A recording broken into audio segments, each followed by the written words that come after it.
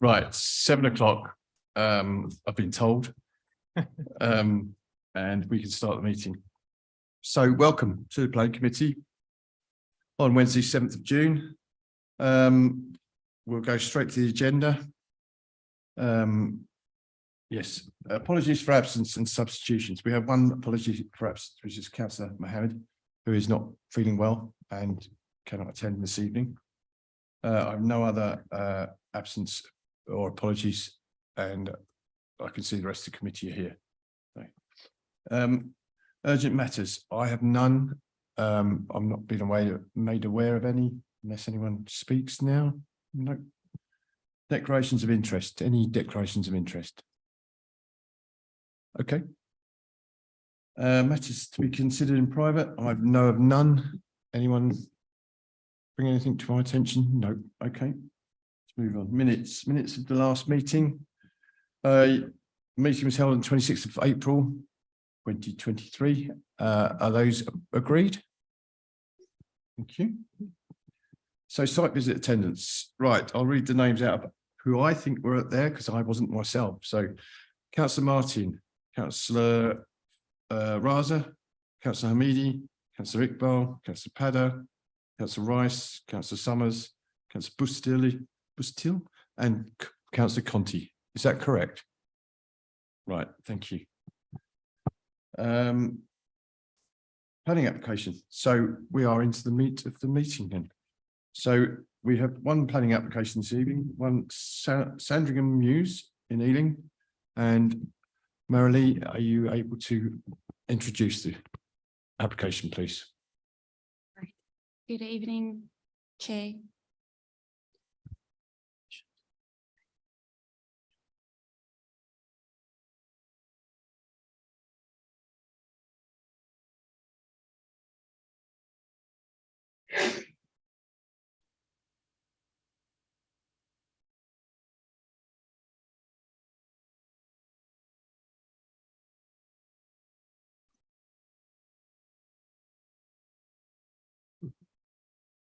Good evening, Chair, councillors, and everyone listening in. I'll be presenting tonight's item on the agenda. The application site is Sandringham Mews, located within the Ealing Metropolitan Town Centre. It is also located within the Ealing Town Centre Conservation Area and adjacent to the Ealing Green Conservation Area. The new emerging local plan earmarked the site as a development site. The site is currently occupied by a 4-story building. Retail uses are found on the ground floor, office spaces on the upper floors, and the Draper Arms Public House is located at the southern end of the site. A backland hot standing is used as a public car park. There is also an electric substation, however, this falls outside the site boundary. The proposed development. The application involves the demolition of existing building and 2 new buildings would be constructed, providing 318 co-living units, communal amenity spaces, and flexible use class E. Block A, located along High Street, has a T-shape comprised of 258 units, which also includes 10 care leaver units. The height is stepped from 8 stories at the northern part of the site to 4 stories at the southern part of the site, and the projection towards Bond Street would be 3 to 4 stories. Communal amenity spaces includes flexible co-living, co-working space, a gym, cinema room, shared kitchen, lounges, and a cafe. Flexible use class E, which includes shops, cafes, restaurants, banks, estate agents, etc., would be located at the ground floor level along High Street, and the Draper Arms Public House would be re-provided at the southern end of Block A. Block B would have an L shape comprising of 60 units, and the height would be stepped from 3 stories along the western side to 4 stories towards Block A. Flexible use class E would also be located along Sandringham Mews. The proposed development includes internal and external amenity spaces, a disabled car parking bay, cycle parking spaces, the repaving and fencing along the alleyway to the rear of Bond Street properties, improved linkages from Ealing Street to Bond Street, and footpath widening along High Street. Co-living is a type of non-self-contained housing that is made up of private individual rooms and communal spaces and facilities, and therefore differs from self-contained housing. It provides accommodation for single-person households who choose to live in self-contained, who choose not to live in self-contained houses, flat shares, or HMOs, and may use this product on a transitional basis until they find suitable long-term housing. Co-living is not an affordable housing product, and therefore a financial contribution towards offsite provision of affordable housing must be provided. In total, 7 representations were made during the statutory consultation period, 3 in support, 1 neutral, and 3 objections. Objectors felt that the proposed development would be an overdevelopment of the site, and the building would be too tall for this and overbearing for this location. Concerns were raised that a canyon effect would be created along the high street, and the overall design of the elevation could be improved. After careful consideration, it is considered that the proposed development aligns with the strategies of the existing and emerging local plan for this development site. Although the application site lies within the Ealing Town Centre Conservation Area, no statutory listed buildings or locally listed buildings are found on site. The proposed development was assessed in terms of its setting and impacts upon the heritage assets.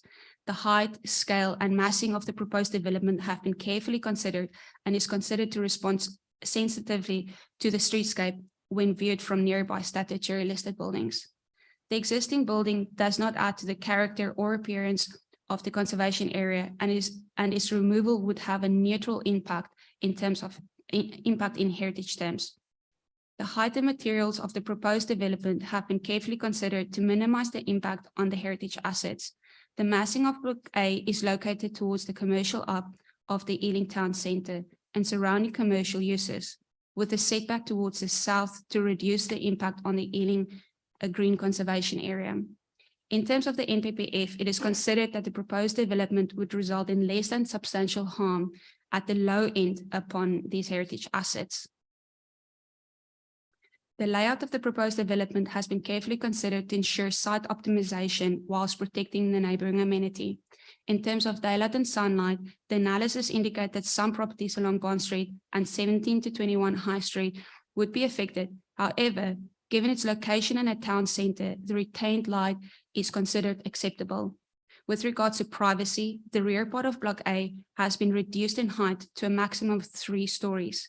Only 1 window along this elevation would face towards Bond Street, and these windows would be located at an oblique angle, and in addition, it would be obscured glass. Furthermore, only the rear part of Block A would be developed up to the side boundary line, and the existing alleyway between the application site and the Bond Street properties would remain intact, and the existing access and servicing arrangements of these properties would also remain. Block B has also been set back from the existing properties along Bond Street to ensure the distance between existing habitable room windows are maximized. The design and siting of these buildings does not cause undue harm to the neighboring residential amenity, remains suitably intact. These images illustrate the typical room layout. 10 care lever units are proposed to be pepper potted throughout Block A. And then a contribution in lieu of £4 million would be made towards affordable housing, and the proposed development would be subject to a late stage review. The payment in lieu is considered to equate to the equivalent of 54 or 70% on-site affordable co-living units. All other matters, including outdoor amenity space, noise, air quality, energy and sustainability, transport, flood risk, and fire safety, have been assessed and found acceptable. Where impacts have been identified, appropriate mitigation measures have been provided either through the design approach, conditions of consent, or secured through the Section 106 agreement. I also draw the committee's attention to the briefing note, which clarifies some amendments to the report. To conclude, the proposed development will provide substantial uplift in residential units at a highly accessible location. The proposed development is considered to be of a high quality design that is sensitive to the streetscape and its setting within the conservation areas. These units have a functional layout with adequate communal amenity spaces to enable a high quality of living standard for future occupants. On balance, the proposal is considered acceptable, generally compliant with the national and local planning policies, and it is recommended that the Planning Committee grant consent subject to conditions. Thank you. Thank you, Melanie. Okay, right. So at this point, we'll go to questions from the committee. Right, keep your hands up for a minute. Councillor Summers, do you want to start? Just a couple of questions. One, when we were on the site visit, the substation is kind of a bit of an ugly building within the site, and it's a shame that obviously that can't be redeveloped, but I guess everybody needs electricity, so you need a substation. But I'm just wondering about the boundary treatment along that. I think you mentioned the alley. Have you don't have any pictures, or is there any sort of idea of what sort of boundary treatment? Because at the moment it's a bit of a mess, and there's sort of temporary barriers there.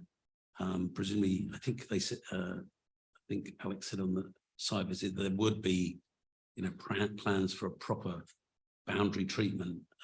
Is that a larger wall or something along those lines? And the second issue is cycling.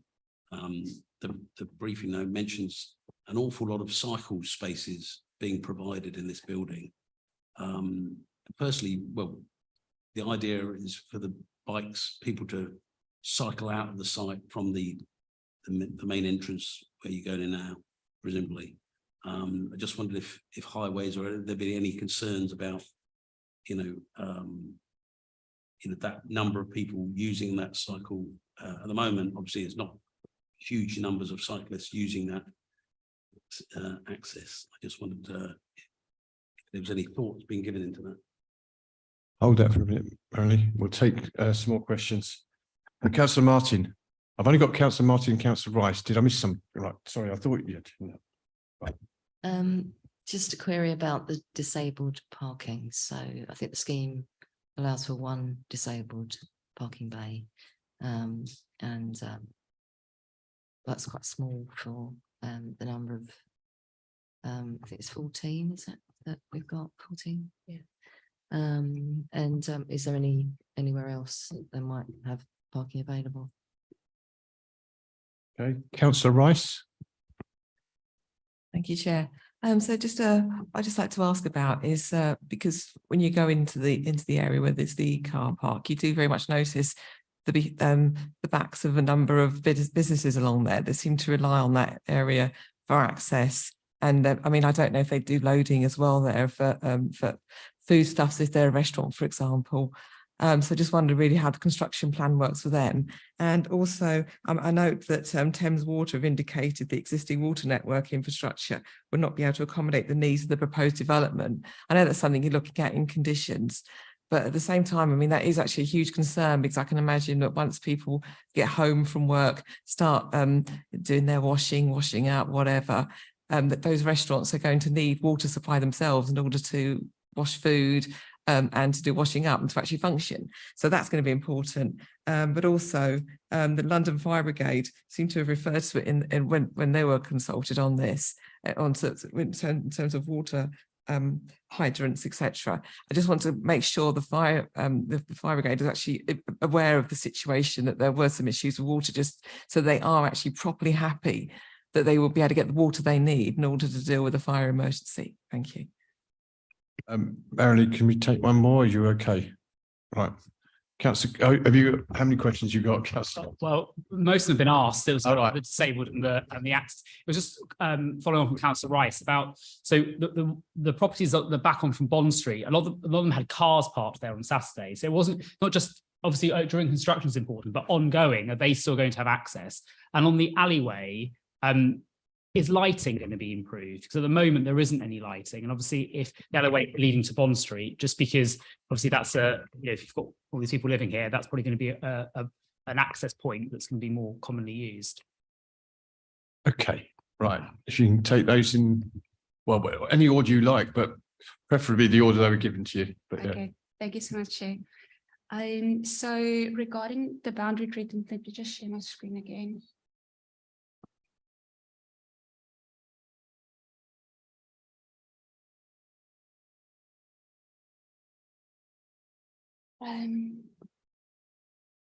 So we don't have any additional boundary pictures, but this is one of the floor plans, the site plans that's been provided. They do propose to re-fence all around the site, which would improve the situation all around the site. So I think that will clear up the question from Councillor Summers. There would also be improvements to the landscaping that would also clear up some of the rubble and the visual obstructions. Yeah, just a note that there is a condition number 20, which does include the request for details of boundary treatments. So that is normal, it's fairly normal to secure that in detail in due course. But the intention is that there will be boundary treatments and also internal boundary treatments as well within the development that need to be resolved by submission of detailed information. Right, and then just to answer Councillor Summer's second question regarding the cycling and any concerns from highways. Highways have not identified any concerns. However, it should just be noted that there is towards the rear on this image, there is behind the substation, there is a cycle park. So it's envisioned that people who more regularly make use of cycles will firstly access or store their bicycles in that area. And then additional long-term cycle spaces are within the basement. So that should help with the flow of cycles. And then with regards to Councillor Martin's question regarding the disabled parking spaces, this diagram illustrates just a mock-up of the existing disabled parking spaces around the application site, as well as regular car parking spaces around the site and the loading bays. So there is a requirement for 10 disabled parking spaces on site, one being provided. There's a financial contribution towards 3 additional disabled car parking spaces, and it is to be agreed upon later on. However, at this point, one can indicate that there is sufficient car parking spaces which can potentially be converted to disabled spaces in the future. There is 5 disabled car parking spaces right next to Block A as well along the High Street, which should suffice then the need for disabled car parking spaces. Then to answer Councillor Rice's question regarding the access arrangements towards the back of Bond Street, I think I touched on this in the slide. So this diagram, it shows on the left the existing site plan, which shows the distances between the existing space between the site boundaries for the Bond Street properties, as well as the red site boundary for the application site. When compared that to the proposed site plan, they're fairly similar sizes, so there's no encroachment onto that. So the existing servicing arrangements, existing car parking arrangements for the residential as well as the commercial properties, retail properties will remain intact as they currently do. And that includes doing the construction as well, because obviously there'll be added issues during construction. So. Yes, appreciate it's more sensitive during the construction period, and again there is a condition which is attached to the recommendation which will secure the details, but obviously with something which is quite sensitive to many receptors around it, the sensitivities of the construction plan will need to be thought through really carefully, particularly if it affects any business operations. So that would need to come forward. Yeah, all right. And then regarding the second question, Thames Water, the condition, that condition is specifically Thames Water indicate that there is a need for infrastructure upgrades. So there's sufficient water, it's just it has to follow the upgrading of those infrastructure networks. So once that has been completed, there will be sufficient water for all residents, and then the fire requirements, etc. Yeah, it's conditioned. Thank you so much. I think Councillor Conti also had a question regarding the access and servicing arrangement. I think I've covered that. And then just regarding the lighting, and there will be some improvements along the alleyway. And there is also a condition that will deal with the Secure by Design accreditation, which the developers will work towards. It has been conditioned as well. In addition to that, there is additional flexible use class E spaces at ground floor level. There's more movement, pedestrian movement that will happen on the site, which would also improve safety and security on the site. One part of a question, which was the London Fire Brigade and water, I believe, was part of Councillor Rice's. Have they? You did answer that, did you? About London Fire Yeah, it's Brigade? part All of right, the okay. water condition. Okay. Yeah. Right. No indications for any further questions? You're not having another go? That's the rules. You have one go. Go on then, go on. But you know the rules for going.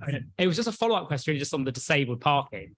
Obviously, you mentioned about the ones that are going to be on the street outside. My understanding is that those are already there. There's already disabled parking along the main road already. And if you go any time during the day, they're pretty much already always taken. So I'm not sure really whether that's an accurate way of saying that, provision's going to be there, because those disabled bays are already there outside. Then it's the Polish restaurant and all the way down along up to the pub. They're already disabled bays. It's not, those wouldn't be new. Those are ones that are already there. Yeah. So I was just going to ask, I mean, we noted that, we were noting that the existence of the existing disabled spaces, but also the recommendation secures some additional spaces to be provided. So what that will mean is that some of the existing car parking spaces will be converted into disabled spaces in that area. And the details of that will be secured in due course, but the number is secured. Yes. Yeah. That's right. You know the rules. Okay, right. Anyone that hasn't asked a question would like to ask a question. Okay, thank you. Right, so at this point, we can go into debate if you so wish, committee. Anyone want to make any observations? Councillor Martin. So my observation is a positive one in that I think it's a very sympathetic design. I'm sure after a few years, everyone will think it's always been there. It really does, I think, blend in with the area. So I'm sort of really pleased that this particular development has turned out the way it has, and I'm definitely going to be supporting it. Councillor Paddo. Thank you, Chair.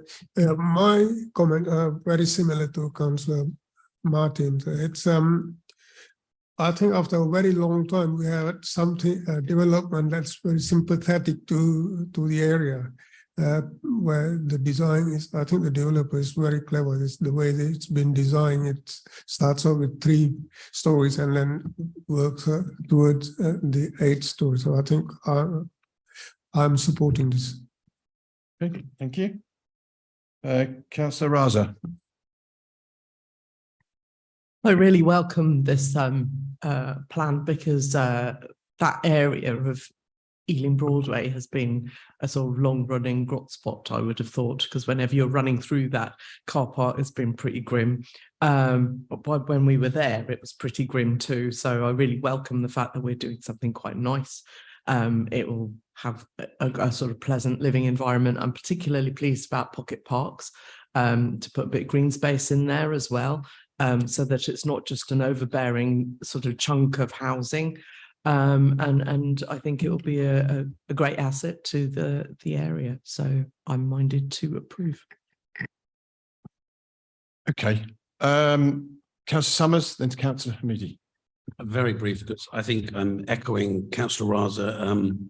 It's definitely not an aesthetically pleasing site at the moment, and the plans do look pretty good and fit in quite well.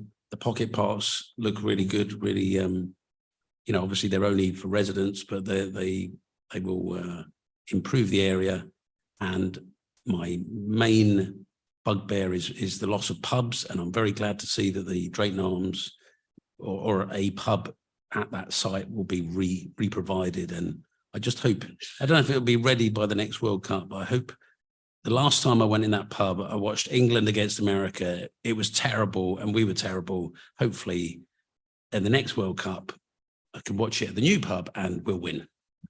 There is a World Cup. It's called the Women's Football World Cup this year, Chris. So don't discount that. And I doubt it'll be knocked down by then either. So, okay. Councillor Hamidi. I'm going to be very brief. I'm just going to echo what colleagues have said and I will be supporting this. And I think it's important for other developers to also take note of this application and how the developers have been sympathetic with the design and everything else. So. Okay, I think I've got the vibe here. I haven't heard any negative discussion, so if you're okay with this, we'll go straight to the vote. Okay. All right, all those in favour, please show.